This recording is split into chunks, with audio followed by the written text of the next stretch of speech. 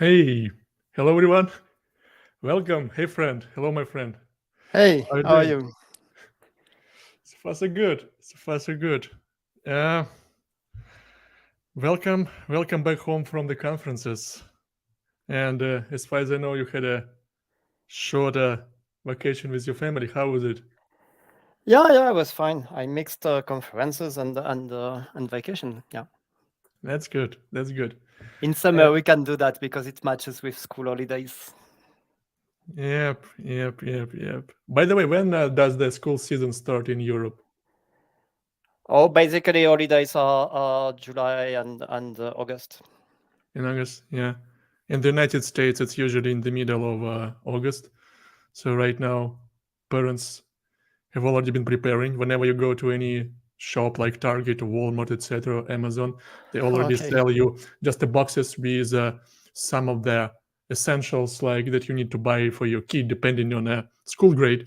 And yeah, the last few weeks are left for those of us who are parents before we send our kids back to school. Okay, so yeah, and the dear friends, those of you who are watching us, have joined us right now, just welcome and tell us whenever you are coming from. Just send a hi. Let's make sure that the channel works. We are striving to stream to all of the favorite platforms. Let it be Twitch, YouTube, LinkedIn, Twitter, whatever. Yeah, So send your questions and we'll be able to answer them because this is an opportunity for you to meet with us face to face at least once in 2 weeks and ask your questions. So we always will prioritize your questions over the agenda that we have. But we have a nice agenda today. Um, we're going to talk about Kubernetes. Remember that as we collaborated with Frank the last week on the Kubernetes project. So what was your impression, Frank, before we dive into the topic?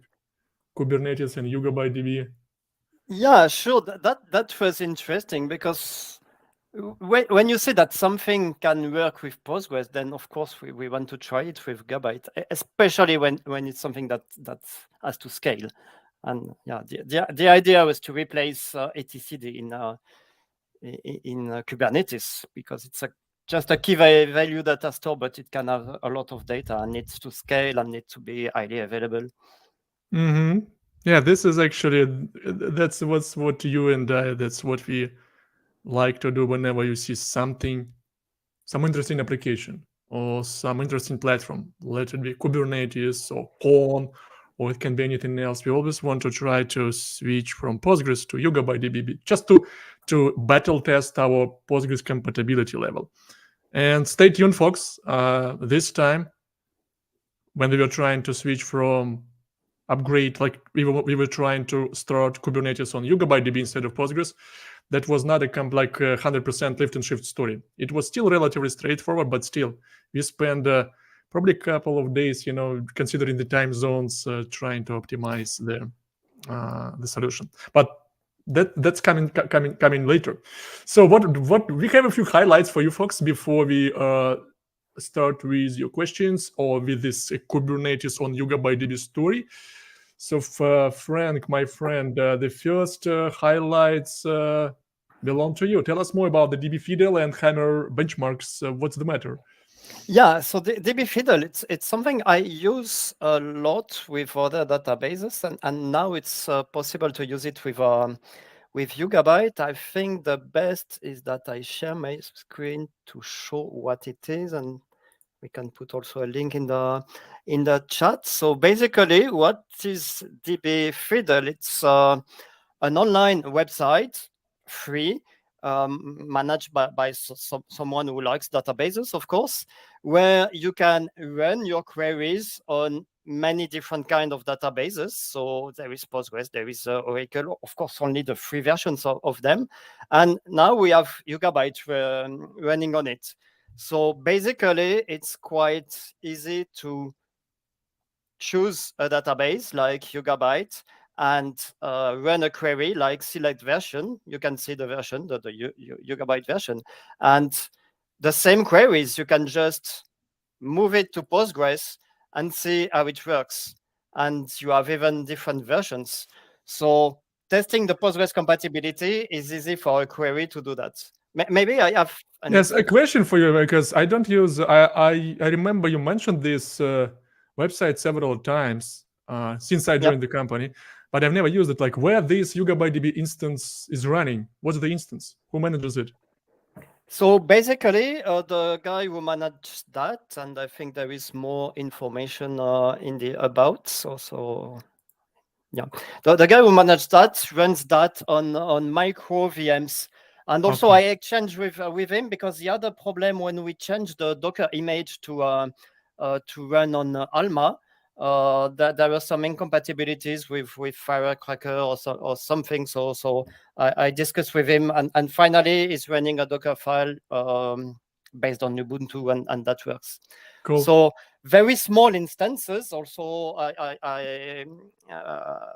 we exchanged a bit about the parameters to be able to run something small, and yeah, that just works. And the main advantage of that for me is that if you have a query, for example, I was testing something this morning. If you have a query, it just stays. So if you ask a question on a forum, you can put your queries, your result, and just link to it, and it's easy to look at it, test it, change it. So it's quite useful for questions on Stack Overflow or forum. For example, this morning I was looking at something that I've never seen on Yugabyte. It was just that I have 1,000 of rows there, and the sort of them was showing a lot of more rows, and that was because of the merge condition, and that's a bit strange. So the first thing I did was to test if it's the same on Postgres, to know if we have a bug on Yugabyte, or it is a bug inherited from Postgres. And you can see that it's exactly the same on Postgres. And sometimes we can also test something on different versions of Postgres. That sounds cool. Yeah, probably. Quite useful, you know what? Yeah, folks, those of you who are watching, if you use this website already, just let us know.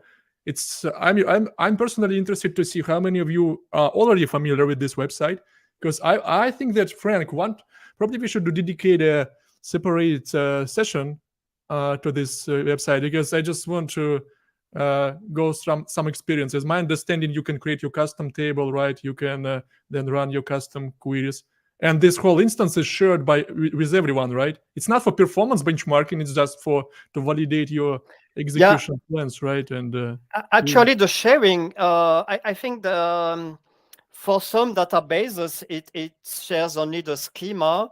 For Yugabyte is a bit longer to start an instance, and this is why it's a bit long, and that's something I will look at what we can improve for that.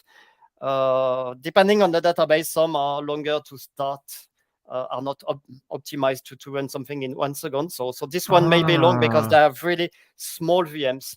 So this runs, but it takes some time. I see. But so you connect. Yeah, just sorry for interrupting you. I'm just trying to build a whole story. You connect, you create and you need to an instance of YugabyteDB will be created for you, right? And that instance will be running in a it's like it starts a micro VM from a Docker image. So yeah, it takes a few seconds. But what I do usually, I run it on Postgres because we are compatible, and Postgres is faster to start because it's a single process and single thread.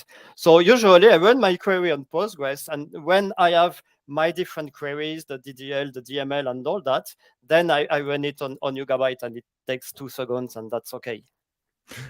Let's do one quick query, and then we will switch to the next topic because we don't have too much time. Yeah. Can you execute that select star from YugabyteDB servers? I just want to see how many nodes we have. Select star from YB servers. Yeah, I guess there is only one node because the goal is just a lab. In Postgres, that doesn't exist. If I go to Yugabyte, we will have it. I think it's just the default one node starting with Yugabyte D or something. But that's still that's enough for our little experiments. And I think the goal is really to test SQL queries, not a lot of data, but looking at execution plans and testing SQL queries and being able to share something. Yeah.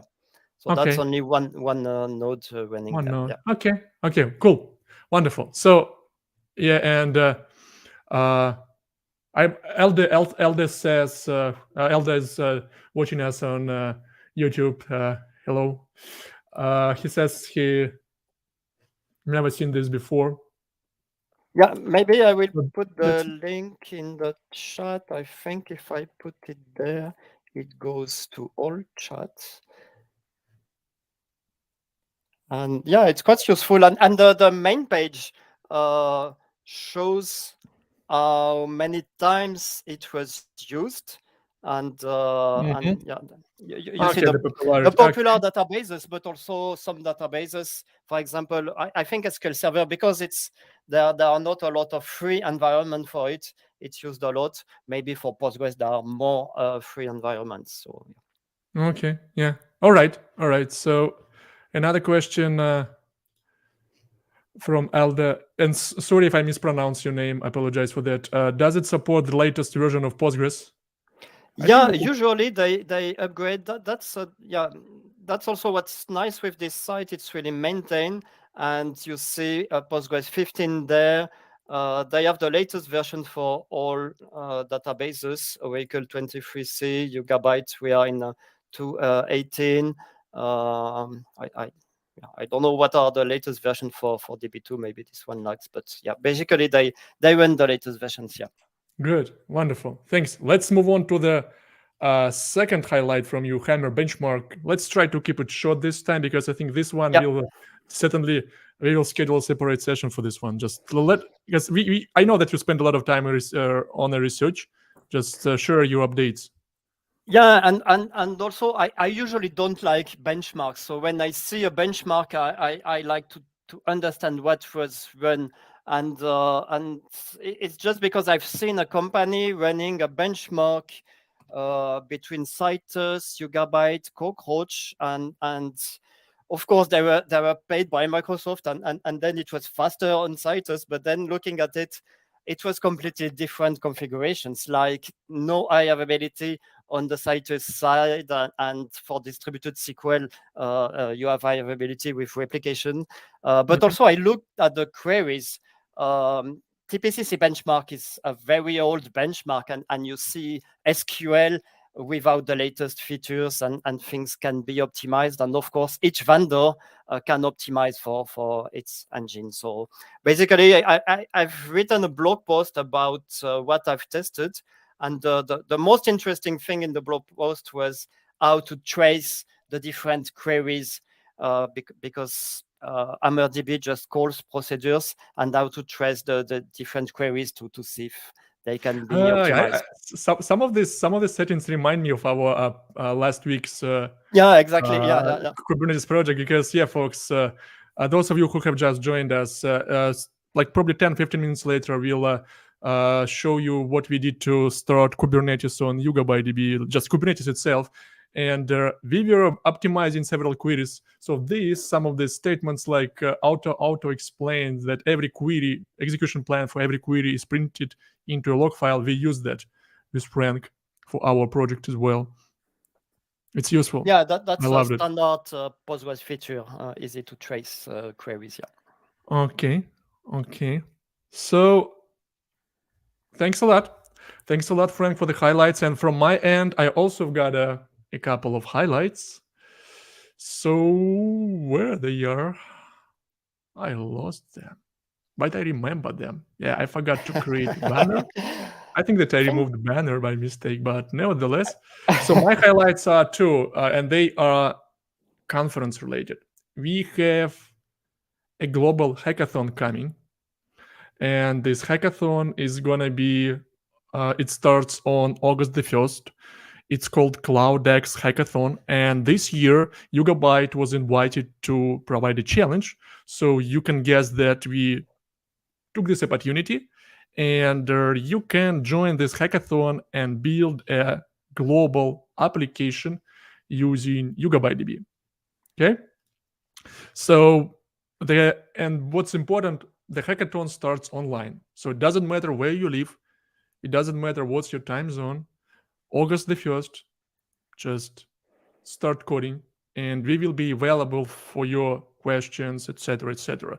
Also, Yugabyte team will provide you with resources. You will be able to run YugabyteDB managed clusters with required configuration for free. So for instance, if you decide to build some application that needs database nodes in Australia, India, or Indonesia, or any other location, we will be able to provide you with those resources so that your project, your global application shines and has huge chances to win a prize, one of the prizes. So that's the first one. I will share the link once I stop. And the second update is Distributed SQL Summit. This is the conference that YugabyteDB team does annually. And we have opened the registrations. So this year, again, it's going to be an online event, which means that we want everyone, regardless of where time zone or location, to join and to learn from us, to learn from the community, to learn from the YugabyteDB users.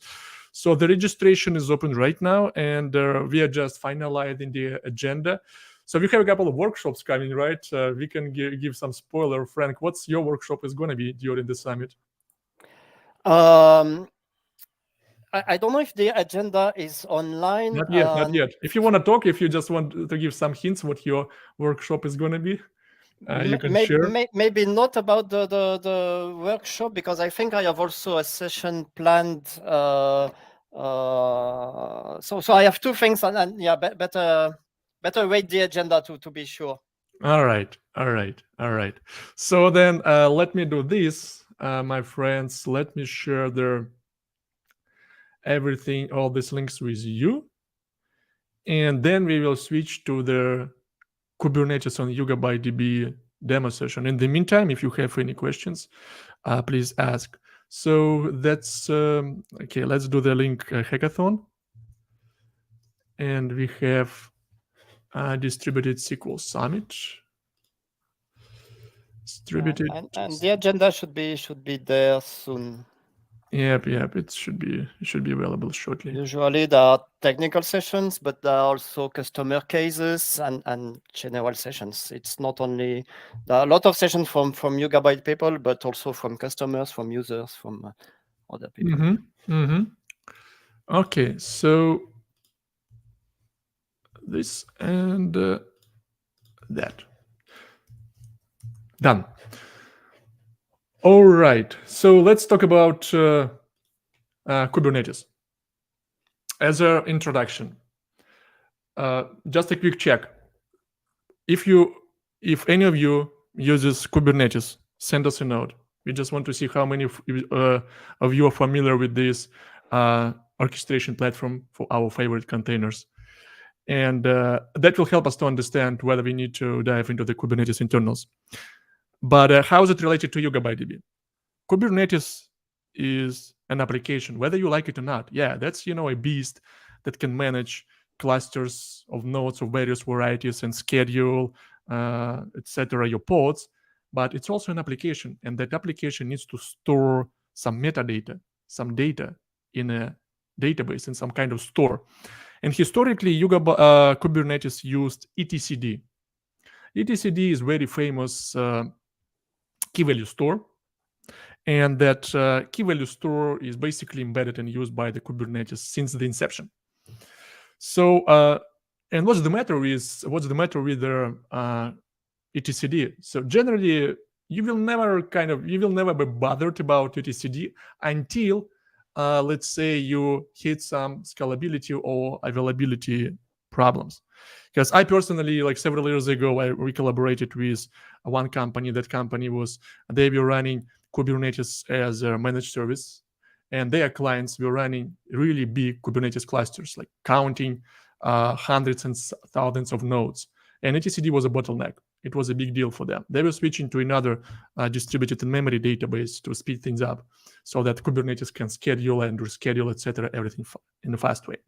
And what happened a couple of weeks back? Let me show you this link. Probably some of you have already saw this article. Martin, he published an article about a story how he replaced etcd with PostgreSQL. And also, he stated another interesting reason why etcd why Kubernetes needs an alternative solution for etcd is this: the state of the etcd community is a little bit concerning. So the Kubernetes community is concerned about the community state of the etcd community because there are no many contributors left, and that's why Kubernetes community created a special project called Kine. So generally Kine, so right now Kine is part of their Cloud Native Foundation. So it's officially a Cloud Native Foundation project that is being in a sandbox. And this is a translation layer between your Kubernetes runtime and your relational database. So generally Kubernetes still uses etcd API, right, by default, to store any cluster data.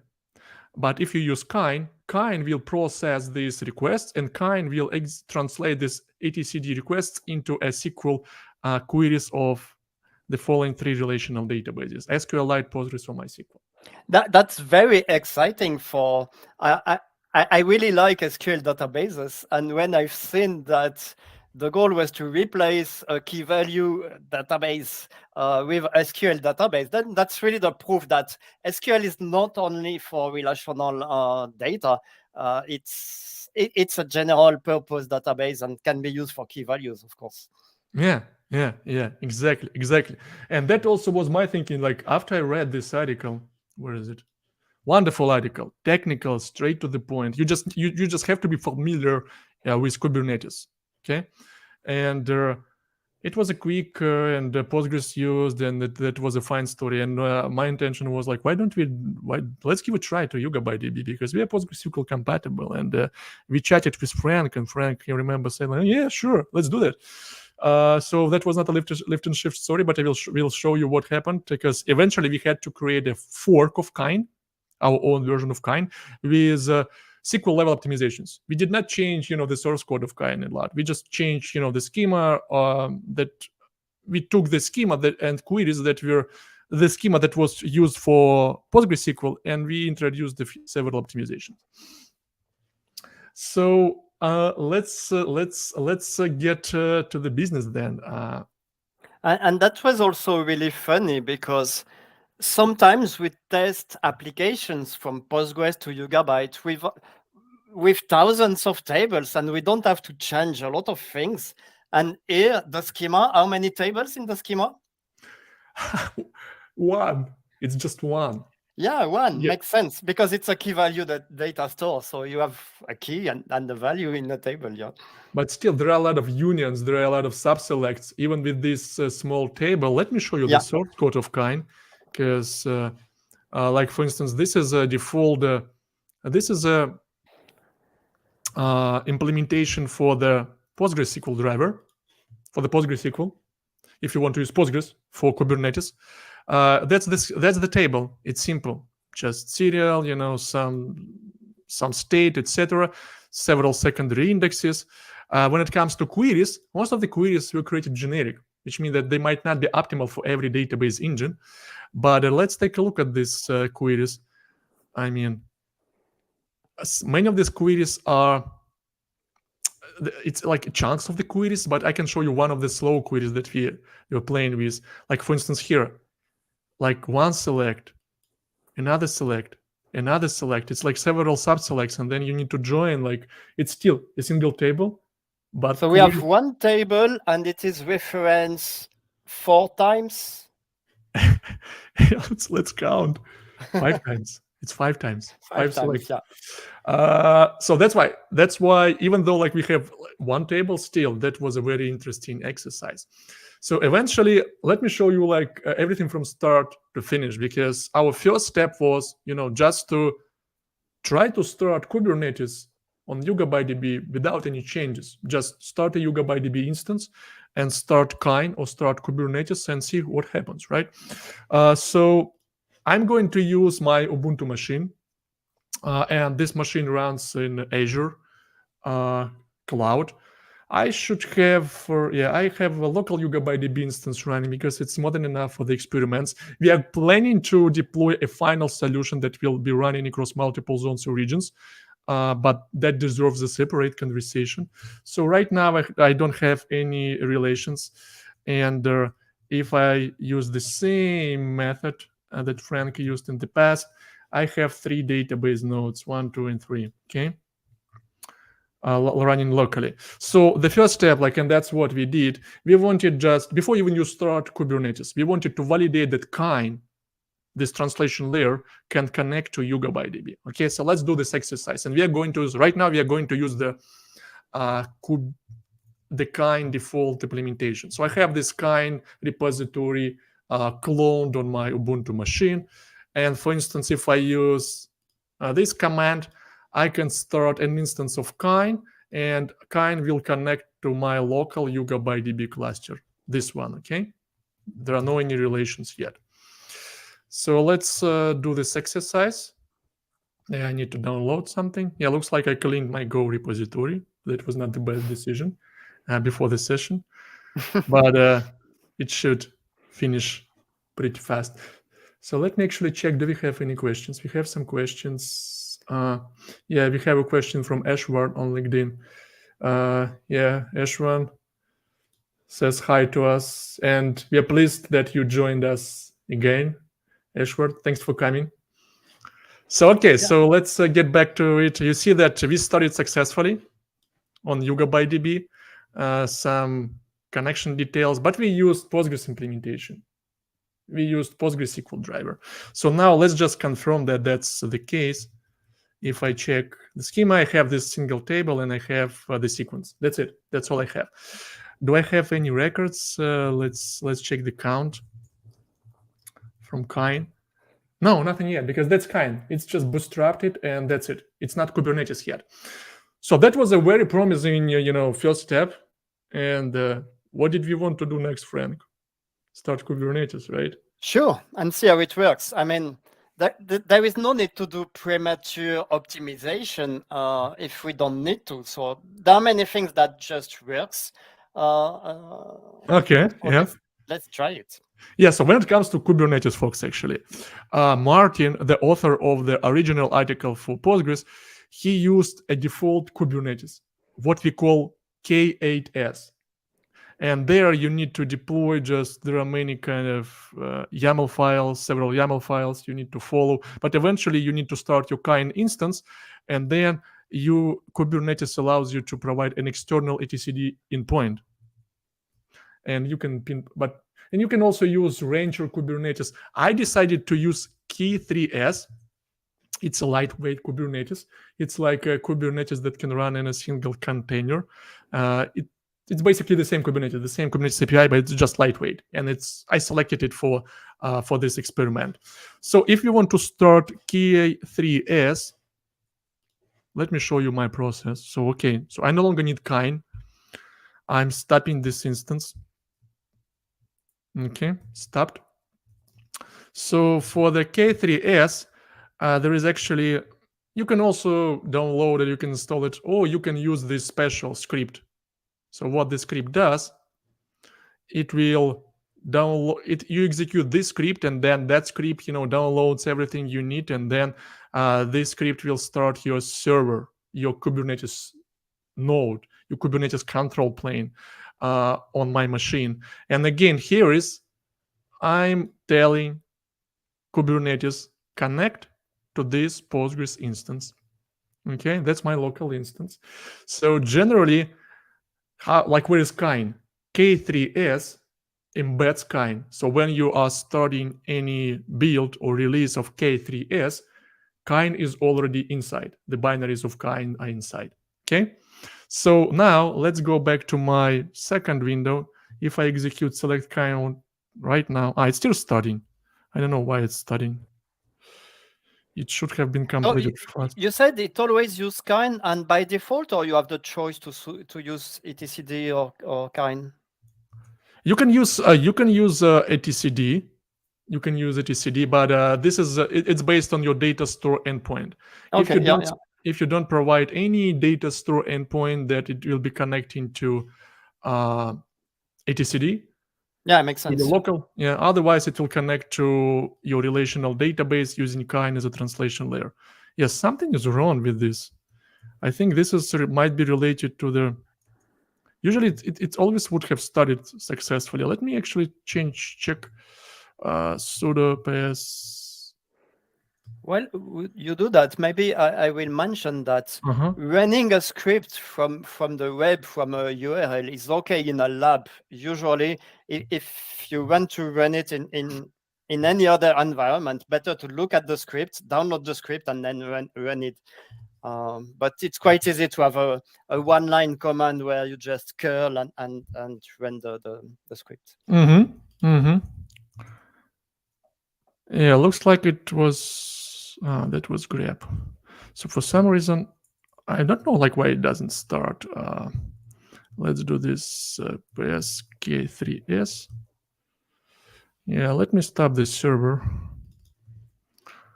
Sudo kill -9. Okay, let me start from scratch because my understanding was that it might be because I need to, because I had a typical demo effect. You test the demo before and then you have some leftovers maybe. Or drop Kine. Let me just clean everything on the YugabyteDB and drop table Kine. Okay, we don't have anything. And so here is just in case, let me clean, not this one. Let me clean. It struggles to stop the K3S service for some reason. It might be something related to K3S.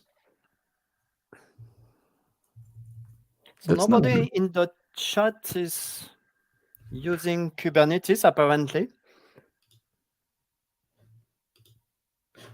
Oh no! Because it could be interesting also to see what people use to test Kubernetes. Can be. I think you can do that also on Docker desktop today, and yeah, K3S is probably widely used for that. Yeah, let me see how to stop forcefully service in Linux. Good question. But anyway, that's something interesting. Yeah, that's how to force kill process. That one I know. Yeah, for some reason it doesn't want to stop. System case 3S K3S, probably some force. Okay, sudo. I think there is a systemctl kill command, but I'm not sure about that. Systemctl, yeah, let's see, help. Start, restart, kill. Yeah, you're right. There is a kill command. There is a kill, yeah, but I don't know which kind of signal it sends. Yeah, let's do the kill because that's okay. And now if I start the cleaning process, look like it cleaned everything. I know that's actually K3S related because there was no any hint that it was not able to connect to YugabyteDB. Okay, starting K3S. Doesn't want to start on my Linux machine. Yeah, looks like have I broken anything on my Linux machine? Anyway, so what you can do, that's a default. So usually what Fox would happen, and you can trust my words. It's only that I need to. Oh, it's created. Kine. It's created. Can you see that from pgstat activity to see if it's connected or not? Yeah, we can check it. No rows. So what's the query for the pgstat activity? Select star from pgstat activity. I don't think you have a I need to this extension stats. Sorry. Let me. From. Yeah. And without the S. Uh-huh. I always confuse them because the PG stat statement it's plural. So Create index, check pointer. yeah, so we see that we had some session. The checkpointer is there but not used just because it's a fork of Postgres, and I don't see other queries running. Anyway, so yeah, let's do this. Usually it would start, but I probably need just to do some cleaning. I will try to restart the YugabyteDB cluster from scratch. And also then, but we will switch to our implementation of YugabyteDB for YugabyteDB, because generally it would start and you would see, some records in the kind, and you would be able to, you might be able to deploy an application on these Kubernetes clusters, but quite frequently you would see slow queries like this one. It's like many joins, etc., etc. And it can take, let's say, 5 or 3 seconds to complete a such query. So generally speaking, it was working using the default implementation of Postgres, but we understood that once you decide to deploy this Kubernetes cluster on YugabyteDB across several availability zones or regions, that's going to be a bottleneck. And that's why we decided to optimize. So eventually, what we did, we created a kind fork. So that's a fork of kind project. And here is just a few commits. So one of the first changes was that we changed the primary index. The primary index right now is the ascending one. It's basically used for the if you want, yeah, I can run the query and show the execution plan to explain why we changed that and how we have seen that we have something to change. Yeah, let's do this. If you can explain, just probably let me do the cleaning on my virtual machine, and if you can explain the folks why we need, because what we need to change, right? We need to change the primary key from using the hash sharding to the range sharding, and we used what? We created the covering index in here so that the ID is included in the secondary index. The secondary index was used frequently. And also what we did, we used the batch nested loops, so that when you join tables, we join this in batches. So share your thoughts while I'll be cleaning my environment. So why did we do? So what I will do, I will share my screen there, and let me just find the query that I have, because in a notepad I had it.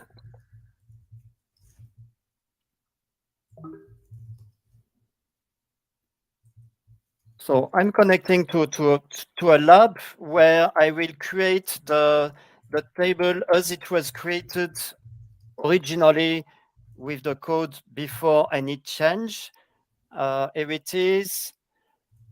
And I've also inserted a few rows from a dump.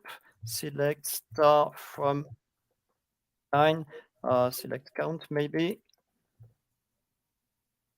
Yeah, so I have just a few rows, but what will be interesting is the execution plan. And as Denis has shown, the code was building a dynamic query with parameters.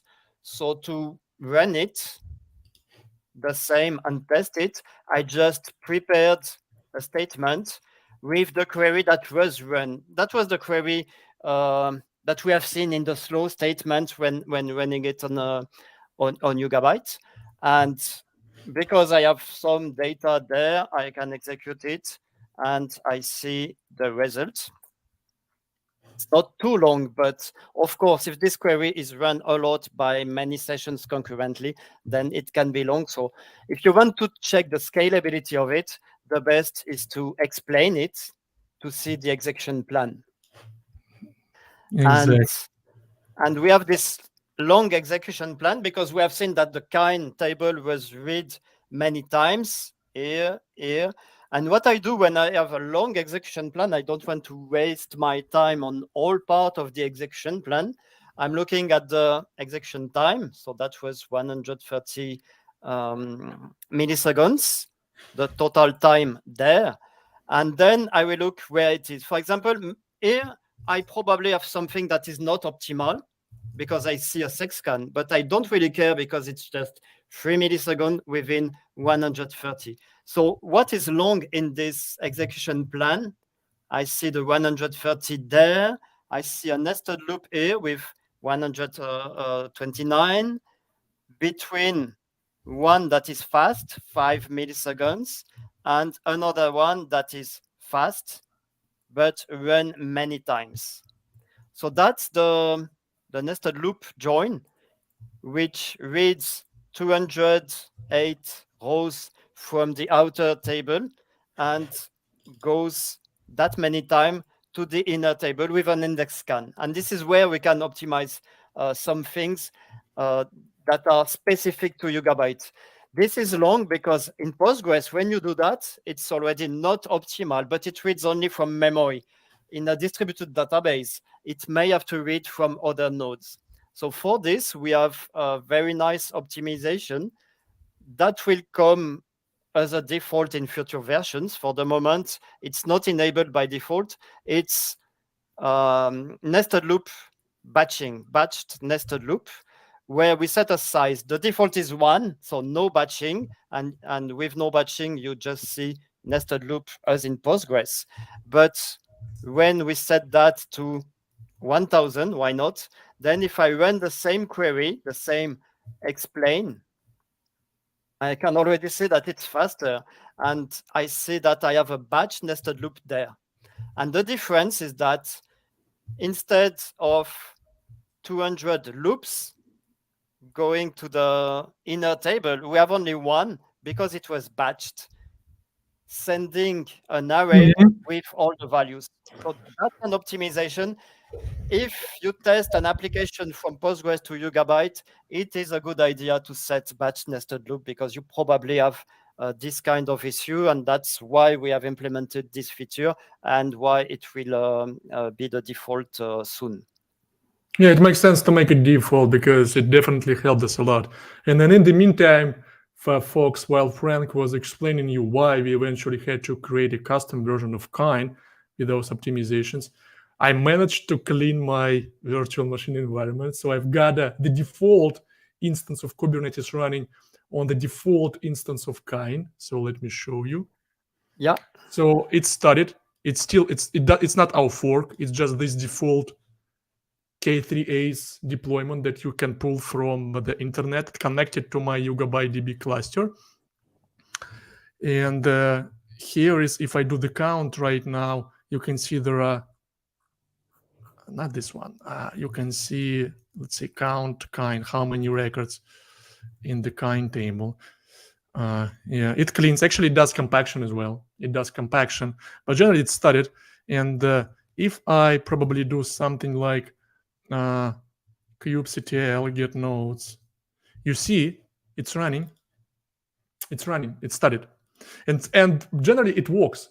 And this is what was our impression. It works even right now. The default implementation of Kine can work with YugabyteDB, but as prudent engineers, we decided to do the optimizations, right? Because we did not want to see a lot of those slow queries as long as we were planning to deploy this in a real distributed environment. So to do that, let me stop this service again because we are going to switch to our fork. So to stop it, we are just stopping it, we are deleting everything, and right now here, just to confirm, yeah, it's done. kubectl also was removed. I removed my K3A's instance. Nothing is left. Let me connect back to YugabyteDB. So here is, I will do some housekeeping again. Drop table Kine cascade. I want it to be recreated from scratch for our own version. And now the custom version of Kine YugabyteDB. So for the Kine YugabyteDB, it's the same repository with our custom implementation for YugabyteDB with those optimizations. So here is what I do right now. I will start, first I want to check that Kine can use our implementation. For that, instead of specifying PostgreSQL here, I will be saying YugabyteDB. And that will be a signal to Kine, okay, use the implementation for Yugabyte. Starting. So here, as you can see, even the Kine says that, yeah, I connected to YugabyteDB, it recognized, and it creates schema. So if to show you the source code, so what's interesting here, like endpoint, in endpoints, you should have, YugabyteDB endpoint. And this endpoint is selected if you have YugabyteDB in the name. But eventually, even though we use YugabyteDB implementation, Kine is a Go project. We still use PostgreSQL driver to talk to YugabyteDB database. It's basically, just a hint to Kine that use our implementation, but the connection will be made through the PostgreSQL driver. Okay, so that's just some info. And here, as you can see, that's our Kine table. And let's actually check those optimizations, right? D plus, we can do this D Kine. So that's our primary key. Yeah. And right now we use the range sharding. We also have this covering secondary key. And the batching, right? The batching. The batching is in your code, I think. Yeah, let me. Or did you set it for the database? I set it for every connection. Yeah, I set it for the database. I want to show that it's set batch, enable batch nested loop. We need to do the show, right? Yeah. Those kind of settings, when you don't want to change it for each session in the code, you can set it for a database, for a user.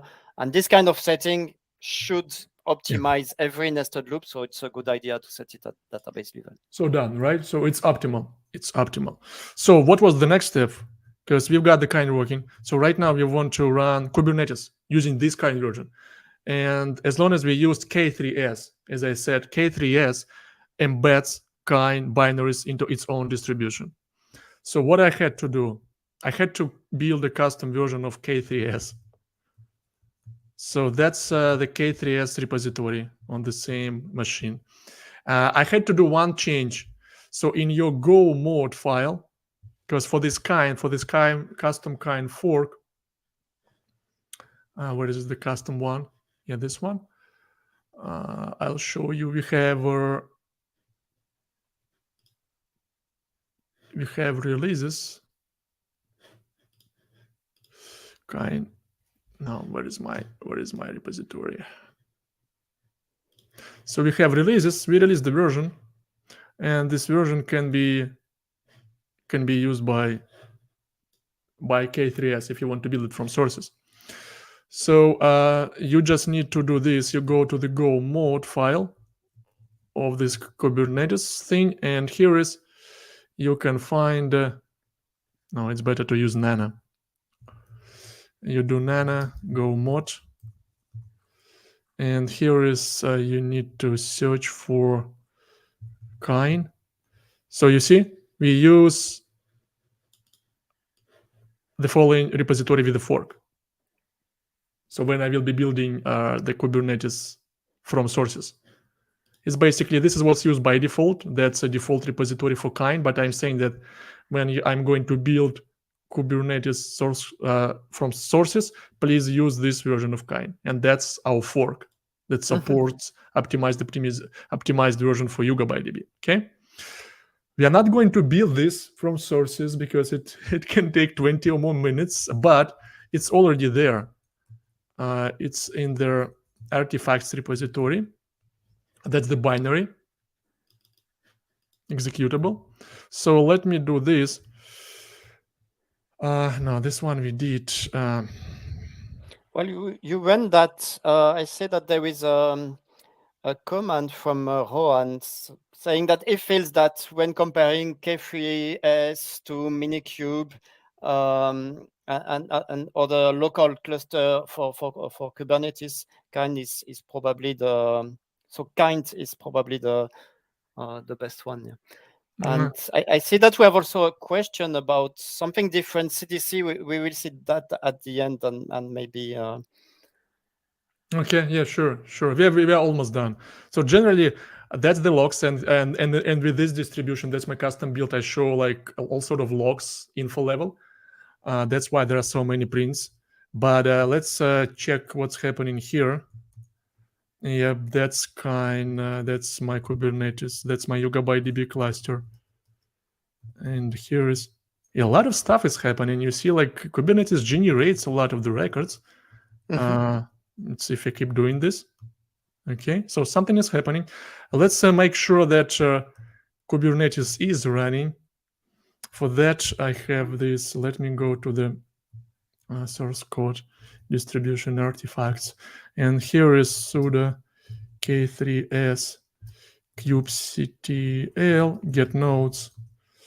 You see, it's running. It's running successfully from our own build of Kubernetes.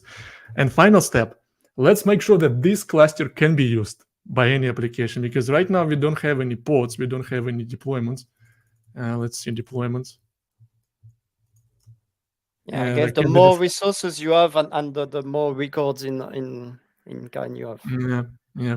So I decided to deploy some sample application. This sample application is from the Kubernetes sample apps repository. So let's try to deploy this application to our Kubernetes cluster running on YugabyteDB. Fingers crossed. Okay, you see some logs. Kubernetes does something. I don't see any errors, which is good sign. And it deployed namespace, services, deployments. Let me check if the node is still healthy. The node is healthy.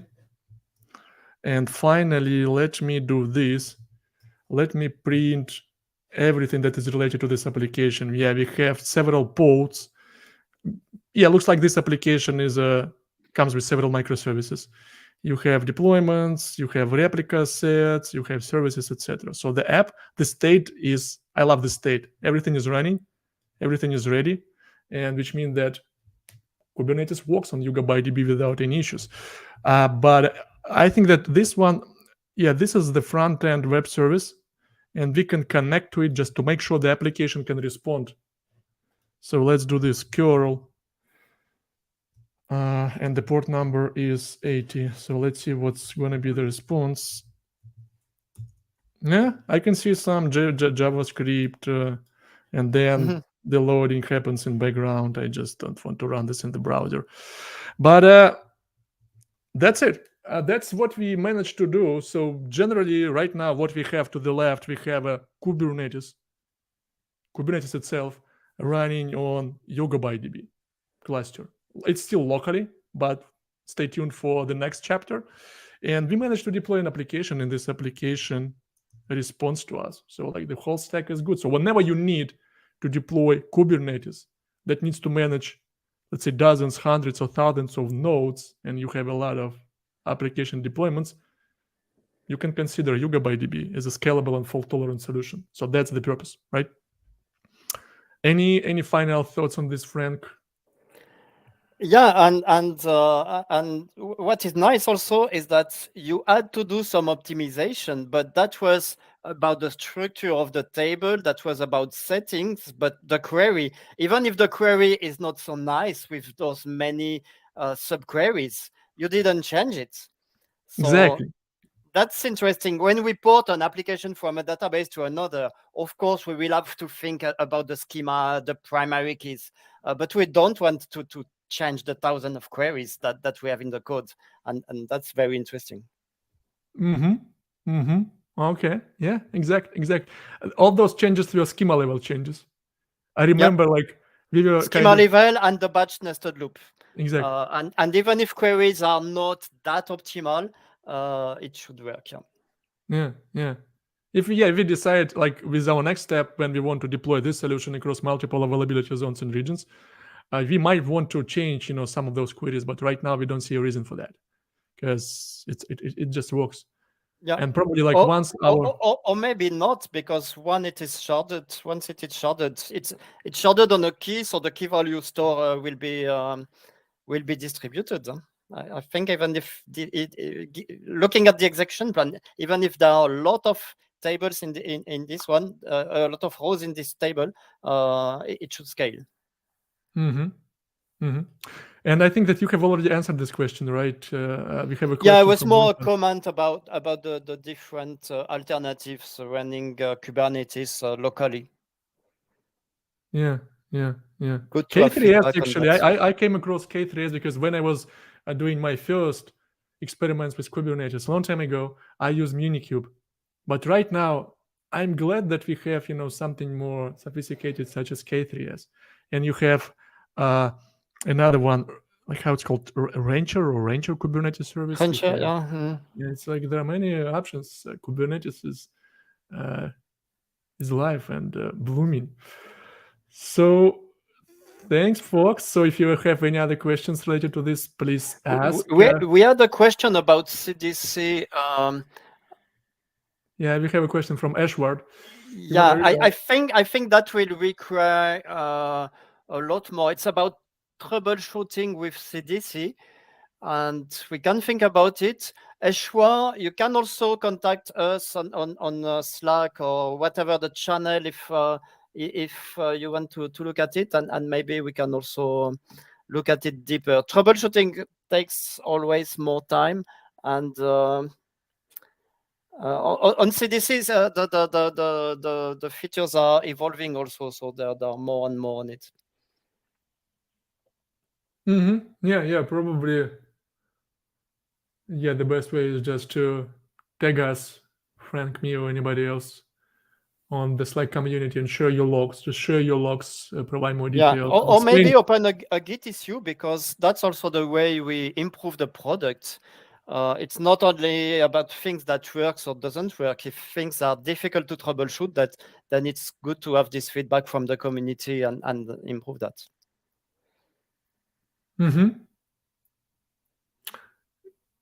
Yeah, and then I see that we had these questions I already answered. I'm just I have a question from Denis. What is Kine? Yeah, hopefully now it does make sense. It's just a translation layer. Kine is Kubernetes. Just to recap, right? What did we do? Because some of you folks might have joined us later. Kubernetes, by default, Kubernetes is an application. As an application, it needs to store cluster data, metadata, and all the stuff in some storage, in some database. And by default, Kubernetes uses Kine. But Kine has some issues when it comes to large Kubernetes deployments. And also there is some concern regarding the state of the etcd community, because etcd community doesn't have that many maintainers left. And Kine is a special translation layer between the etcd API and SQL API. So eventually, Kine is also a project of the Cloud Native Foundation. It's in a sandbox of that foundation. And what Kine allows you can start your Kubernetes cluster, let it be K3S or K8S or any other flavor of Kubernetes, and you can specify Kine as an external etcd endpoint. So Kine still will be receiving etcd requests from Kubernetes runtime, but then Kine will translate those requests to SQL and execute over one of your relational databases. So by default, Kine supports SQLite, MySQL, and PostgreSQL. And as long as YugabyteDB is compatible with Postgres, we decided to try out YugabyteDB as a database for Kubernetes, and it worked.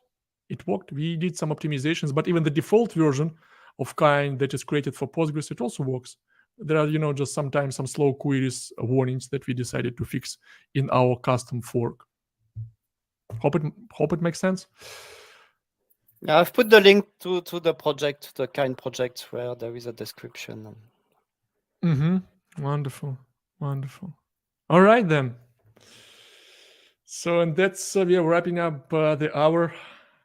Thanks a lot, everyone, for joining us, and Franck, thanks a lot to you for working on this project, because it was That was really interesting. It's also we all work remotely, and sometimes it's also good to work on the same thing and with our own skills, and that's perfect.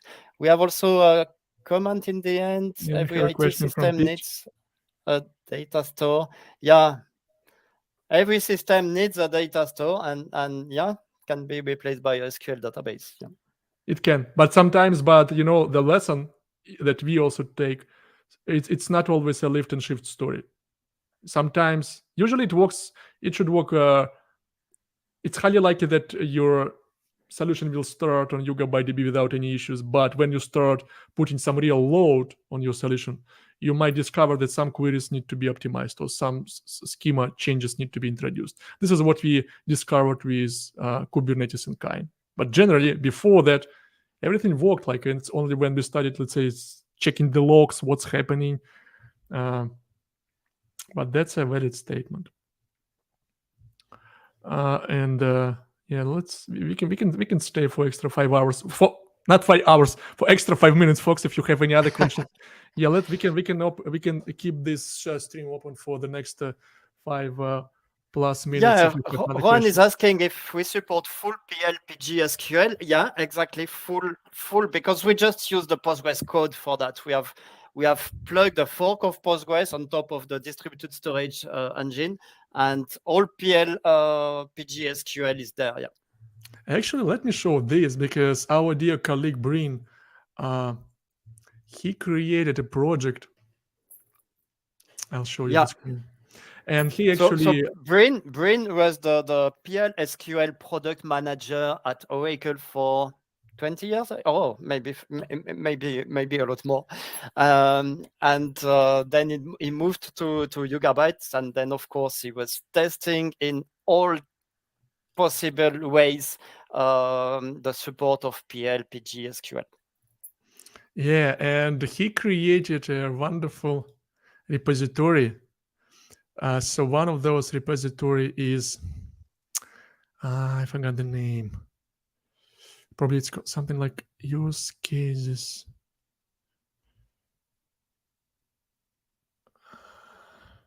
No, let me see. Let me find Breen.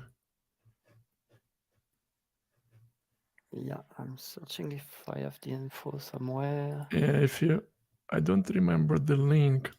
Generally, there you will find their comprehensive and advanced scripts that use stored procedures, like complex stored procedures, to create some foundation for your multi-tenant application. And when Breen executes, when you can execute that script on your own, and you will see how advanced of those like stored procedures are. And we support all of them. Like whatever Breen created for PostgreSQL, it works out of the box on YugabyteDB. Yeah, I put it in the chat. I think it's the right one. I didn't check. Yeah, let me see.